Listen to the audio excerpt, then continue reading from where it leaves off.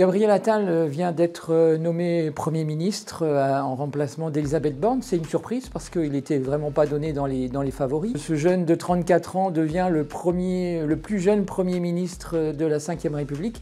Il devance de 3 ans l'ancien Benjamin qui était Laurent Fabius. Gabriel Attal est un Parisien, c'est un ancien socialiste qui a fait ses classes dans le cabinet de l'ancienne ministre de la Santé Marisol Touraine. Et puis il a rallié Emmanuel Macron en 2016. Et puis il a gravi les échelons, d'abord comme secrétaire d'État à la jeunesse, puis porte-parole du gouvernement à un moment pas facile puisque c'était le Covid.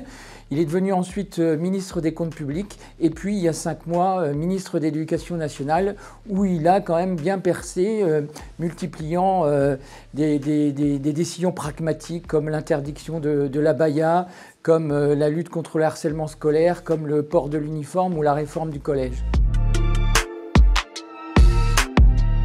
Emmanuel Macron avait plusieurs choix pour succéder à Elisabeth Borne. On parlait de Julien Denormandie, ancien ministre de l'Agriculture et proche du président de la République.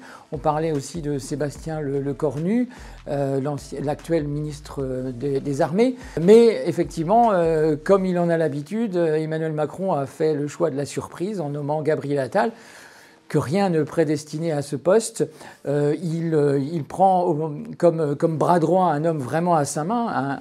On peut même dire que c'est le clone d'Emmanuel Macron. Il a grandi avec Emmanuel Macron et c'est Emmanuel Macron qui l'a fait percer aux yeux du grand public.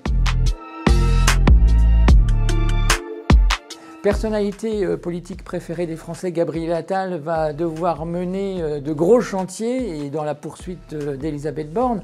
Il y a 3 priorités qu'attendent les Français, le pouvoir d'achat, la santé, la sécurité, mais aussi la transition écologique, et puis la lutte contre l'inflation, et puis la lutte contre le chômage qui repart.